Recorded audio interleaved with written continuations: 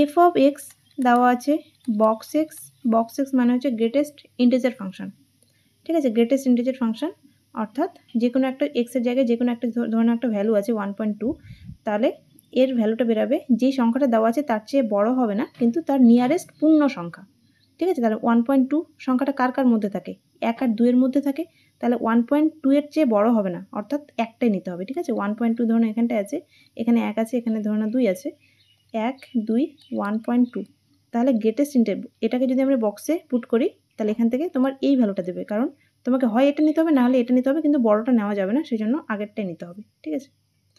তাহলে F of extra দেওয়া আছে বক্স এক্স এবং জি অফ এক্সটা দেওয়া আছে মড অফ এক্স।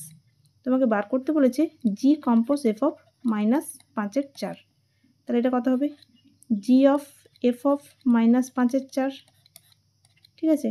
তাহলে জি অফ এফ অফ দেখো এখানটায় বক্সে বসাবো, তাহলে এখানটায় বক্স অফ -5/4, এটার ভ্যালু কত আসবে, এটাকে যদি ভাগ করা হয় তাহলে 1.25 আসবে, তাহলে -1.25, ঠিক আছে। তাহলে এটা কার মধ্যে থাকে, -1 ধরে নাও এখানটায় আছে, দাঁড়াও এটাকে -1 করো, এটাকে -2 করো, তাহলে -1.25 এটা এদিকে আসবে, ঠিক আছে।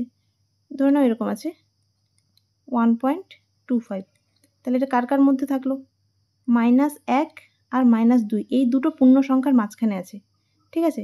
তাহলে বক্স থেকে কি বললাম, যেটা আছে তার চেয়ে বড় নেওয়া যাবে না, তাহলে তার আগেরটাকে নিতে হবে, তাহলে -2 এটার ভ্যালু হবে -2, তাহলে জি অফ এটা হয়ে গেলো -2।